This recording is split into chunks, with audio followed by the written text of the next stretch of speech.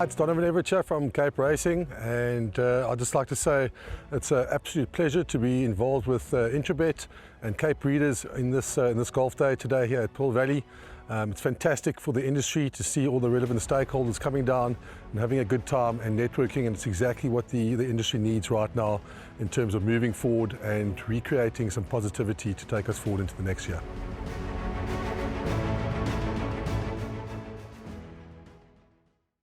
We're on to the penultimate race on the card, which is race number 6. It's over 1,600 meters, guys, and this is a field of 9 that will go to post.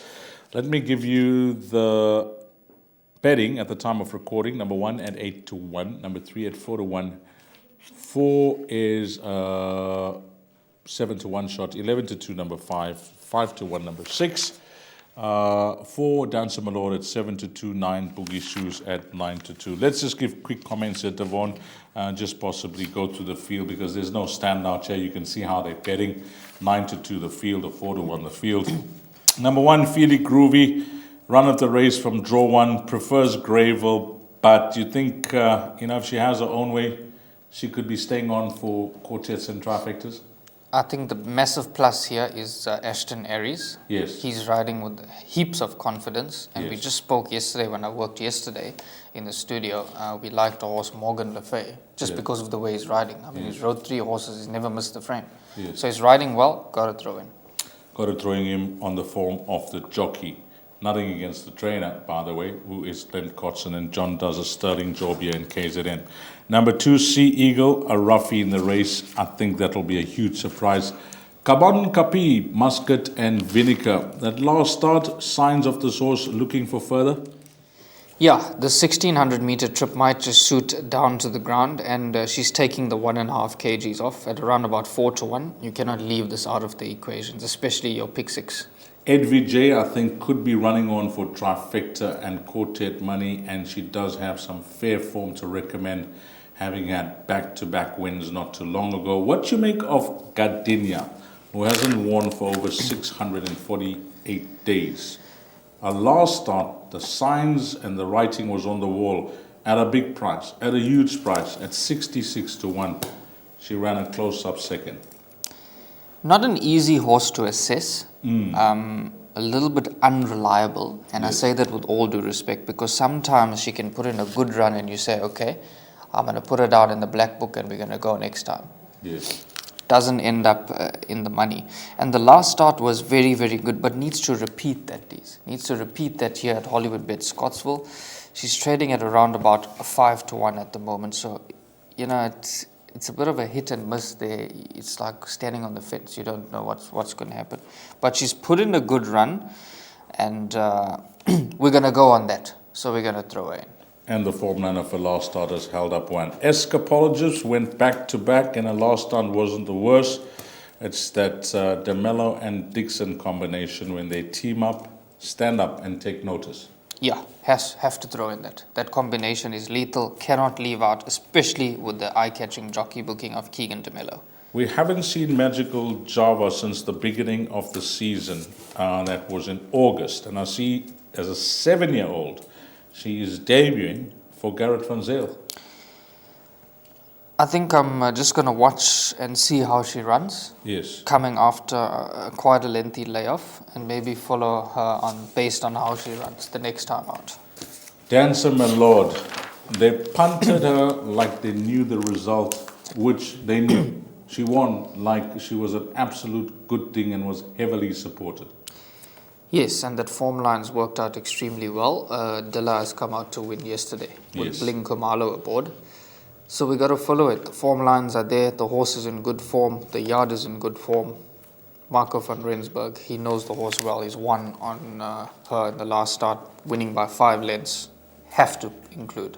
Should be the horse to beat. Yeah, 2 from 2 over the distance, even though she's carrying 61 kgs, having been pushed up to a 78 for winning last time out in the manner that she did.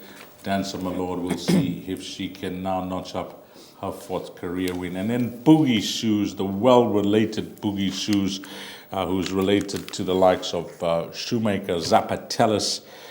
She is in wonderful form. been off for, what's it, 2 months, Devon. Can she come 65 out? days. Can she come out racing? Yeah, I always like to throw in a horse like when they're running fresh. For me, it's not a put-off. But if a horse has a good run after a rest, I generally do not follow them on the next start. That's just I your know style. it's a silly thing to say, excuse me, but when I did my time at the Jockey Academy and I worked with some trainers, Yes. not specifically here, but Right, abroad. abroad, yeah. It's tried and tested. It may not work for everybody. Everybody does things. Regardless of the length of time of coming back, whether it's We 2 have a months or time 6 period. months. We have a time period of around approximately 40 days, I would say. Yeah, 40 days. yeah. Horse comes back after a layoff. Runs well. 40 days runs well. The next Flat. majority of them, they tend to run flat after that. They need about 2 runs. Yes. They need about 2 runs. So that is from your learned experience around horses. Has it worked for you from a punting perspective? 95% of the time, it has. Falling horses or not falling horses first run back and not falling them second run back. 100%. There'll Okay. be many who disagree, but Yes. it's just my theory. That's how I look at it. So what we're No gonna- disrespect to anybody, because Yes. everybody does some trainers are so good because they can get first timers ready to roll. They've never raced before. So if you're looking, we'll call it the DG formula. The DG formula. I like that. No, I mean, we all got our ways, you know, and some of us get set in our ways. This is about punting. Yes. You know, Yes. when you get set in your ways, it's often could be to your detriment. Yeah. When you get set in your ways. That's why I personally like to just keep it open. I used to be heavily set in my ways. That is why, I think I told you this before, why I love Hollywoodbets and Gold Circle, Hollywoodbets and Cape Town Racing. Because it has helped me tremendously in reducing my perm for the exotics. Because the one thing I used to do before, number draw has to go in. Okay. Now I cannot put it down. It helped me save a lot of money. A bit of Because regardless superstition. of the form, if it had Superstition. number draw, now it was from the time I started punting as a young man. So before, when we didn't have it in numerical order, Yes. if you see a horse, saddle cloth number 7 jumping from barrier gate 7, it's Correct. going in, irrespective of the form. 100%.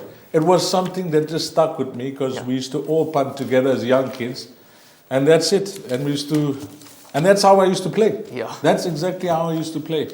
So they helped me a lot. I mean, they've reduced my perm a lot. Okay, give me one roving banker here. We've touched on the entire field here in race number 6. What's your roving banker? Going for 8, Danse Malord.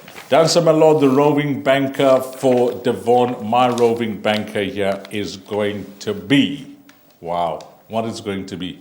Number 4, NVJ.